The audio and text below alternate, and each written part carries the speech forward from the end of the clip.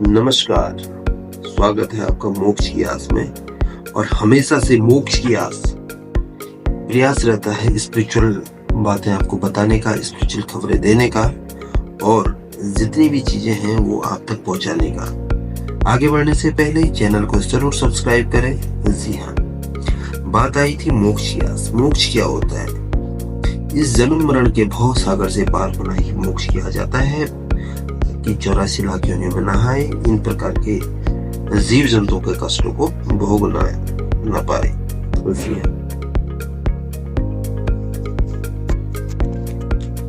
गीता कहती है, यांति देवव्रता देवान पितृयांति पितृव्रता भूतानि यांति पूज्य यांति मध्य जनार्दनम। देवताओं को पूजने वाले देवताओं को प्राप्त होंगे, भूतों को पूजने वाले भूतों को प्राप्त होंगे और मेरी पूजा करने वाले मुझे ही प्राप्त होंगे।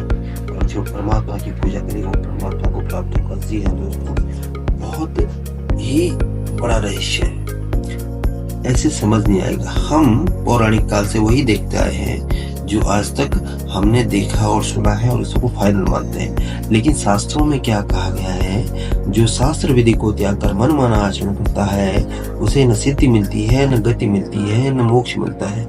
ये कहा गया है गीता अध्याय 16 के श्लोक 23 में। इसलिए अर्जुन ने बोला तो क्या करें?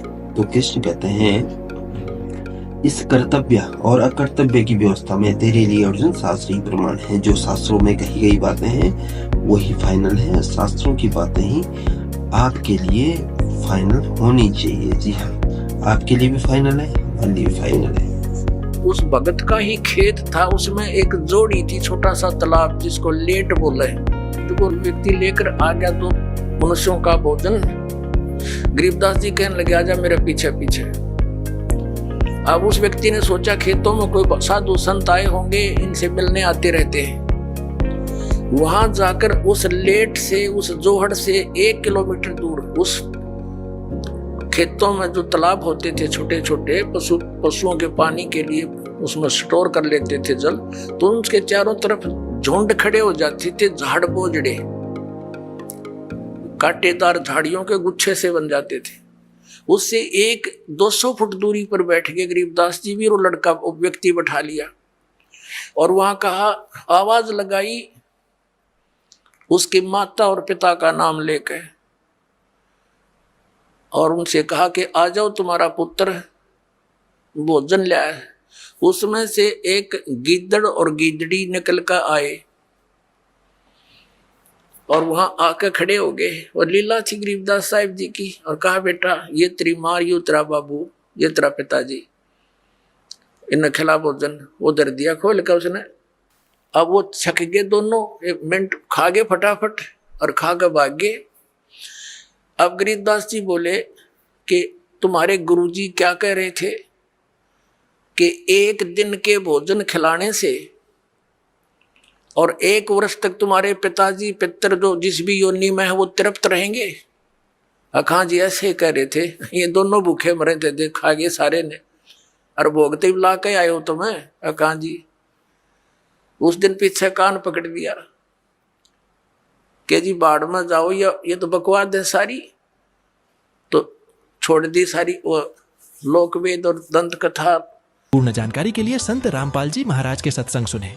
एक रुचि नाम के ऋषि थे, वो उसने शादी भी नहीं करवाई थी, वेदों को पढ़ा जाना। तो वो साधना करते थे।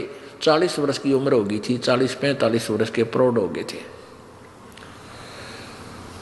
एक दिन उसको उनके 4 पूर्वज यानी पिताजी, दादाजी, परदादाजी और तीसरा दादाजी वो दिखाई दिए। उन्होंने कहा, बेटा रुचि, तूने शादी क्यों नहीं कराई? आप शादी कराओ, हमारे सरहद निकालो। तो रुचि कहता है, पितरमहो, वेद में ये कर्म कांड श्राद्ध आदि निकालना तो मूर्खों का मार्ग बताया है, अविद्या कही है। फिर आप मुझे क्यों इस शास्त्र विरुद्ध साधना में लगाना चाहते हो? पितर भी स्वीकार करते हैं कि हाँ बेटा, ये तो सही है कि वेद में इस कर्म कांड को अविद्या ही कहा है, फिर भी कहते हैं ऐसा है वैसा है। उसको मूर्ख बनाने के लिए अपनी वह तिगड़मबाजी लगा के उस प्यारी आत्मा को भी डरा धमका के और अपने साथ नरक में डाल लिया। अब जो खुद कह रहे हैं कि वेद में सही लिखा है कि ये तो है मूर्खा की पूजा, और फिर कहते ना बेटा तो ये तो करना ही पड़ेगा, या कोई बात हो। पूर्ण जानकारी के लिए संत रामपाल जी महाराज के सत्संग सुने। मरने के बाद मुक्ति होगी नहीं होगी मैं नहीं जानता, क्योंकि श्रीमद् भागवत की कथा में धुंधकारी जब मरा तो धुंधकारी का भाई गोकर्ण ने गया में जाकर 100 बार उसका श्राद्ध किया, फिर भी प्रेत बना रहा। अगर गया में श्राद्ध कर देने से किसी प्रेत की मुक्ति होती है तो भागवत क्यों झूठ बोल रही है? प्रश्न है तुमसे। श्रीमद् भागवत में 100 बार अपने भाई के मुक्ति के लिए गोकर्ण ने प्रयत्न किया, लेकिन उसके बाद भी भाई प्रेत बना रहा। वाई किस लिए? हो जाना चाहिए था, नहीं हुआ, क्योंकि वह जीते जी ही प्रेत था। वासनाओं में डूबा हुआ, कामनाओं में डूबा हुआ, बाप को लात मारने वाला, मां को आत्महत्या पे मजबूर कर देने वाला, पंच तन्मात्राएं शब्द स्पर्श रूप रस गंध इत्यादि में वेश्याओं की भांति पड़े रहने वाला।